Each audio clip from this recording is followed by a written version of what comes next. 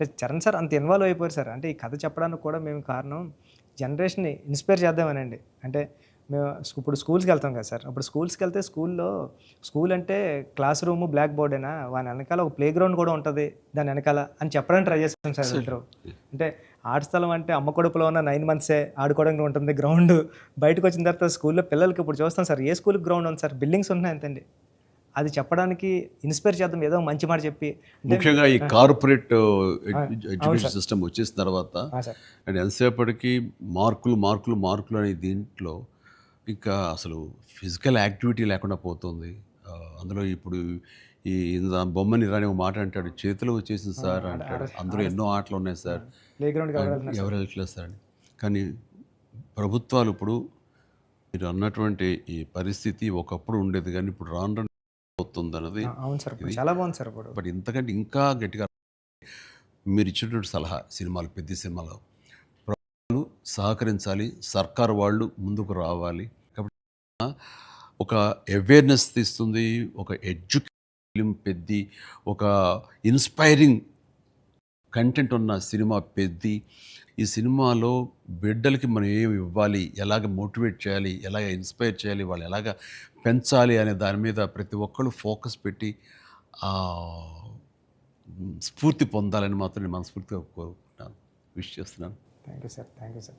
నేను సినిమా చూస్తూ ఏఆర్ రెహమాన్ గారి కంట్రిబ్యూషన్ ఎలా ఉందని చూడటంలో సౌండ్ని పర్ఫెక్ట్గా వాడుకుంటారండి. అంటే ఆర్ఆర్ అంటే ఓన్లీ ఇంకా ఊగదంపుడు కొట్టేసి ఎలివేషన్స్ కొట్టేసి ఆ రకంగా కొంచెం ఒరవడి ఇప్పుడు కొనసాగుతున్నా కొన్ని చోట చెల్లుతుంది.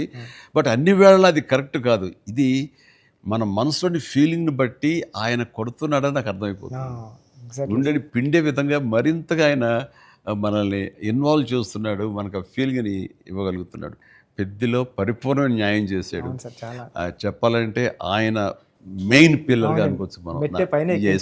మీరు అనుకోండి మీ కంటెంట్ లేపారు సార్. అంటే హీరో ఉండి ఎలివేషన్ ఇవ్వడం వేరు సార్. నేనేమనుకున్నానంటే చరణ్ గారు లేకుండా చరణ్ గారు స్టాచ్యూ చూపించి ఎలివేషన్ ఇద్దారు అనుకున్నాను సార్. అది అక్కడ కూడా రెహమాన్ గారు అలా లేపారు సార్. లేపారు మామూలు కాదు సార్, చాలా ఉంది. పైగా ఇది అఫ్కోర్స్ మీరు ఇంటర్వ్యూస్లో మీరు అన్నారు రెహమాన్ని ఎలా ఒప్పించావని చరణ్ చెప్తుంటేను అక్కడికి వెళ్ళిన బాడీ లాంగ్వేజ్ బట్టిను ఎవరైనా సరే అది. బట్ ఎవరికైనా సరే నువ్వు చెప్పే కంటెంట్ ఉంది, అది మెయిన్. కొంచెం విజ్ఞత, కొంచెం అవగాహన, ఆ సెన్స్ ఉండే ఎవరికైనా సరే ఆ కంటెంట్ నువ్వు చెప్పగానే దానికి డెఫినెట్లీ ఆమోదయోగ్యం, ఆమోద ముద్ర పడిపోతుంది. డిఓపి గారు అయితే ఆయన చాలా బాగా చూపించాడు. నువ్వు ఏదైతే ఒక మట్టి కథ అనుకుంటున్నావో, రస్టిక్ అనుకున్నావో, ఏమంటే ఆ రఫ్నెస్ అది మొత్తం కనిపించేలా చేశాడు. దాన్ని did his job very well.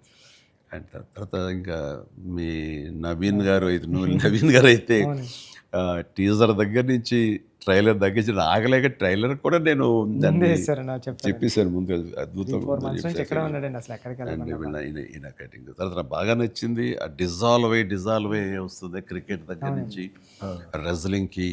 ఇవన్నీ ఇంటర్ రిలేటెడ్గా ఉంటాయి అని చెప్పినట్టుగా చెప్పడం అనేది తన ఇది. అండ్ ఎన్ని చోట్ల బట్ సినిమాలో నెరేషన్లోనే మీరు బ్యాక్ అండ్ ఫోర్త్ వెళ్ళి చెప్తారు. ఇది అంటే బొమ్మన్ ఇరానీని ప్రేక్షకుని చేశారు. బొమ్మన్ ఇరానీకి ఎలాగైతే కథ అక్కడికి అర్థమవుతూ వస్తుందో సేమ్ ఆడియన్స్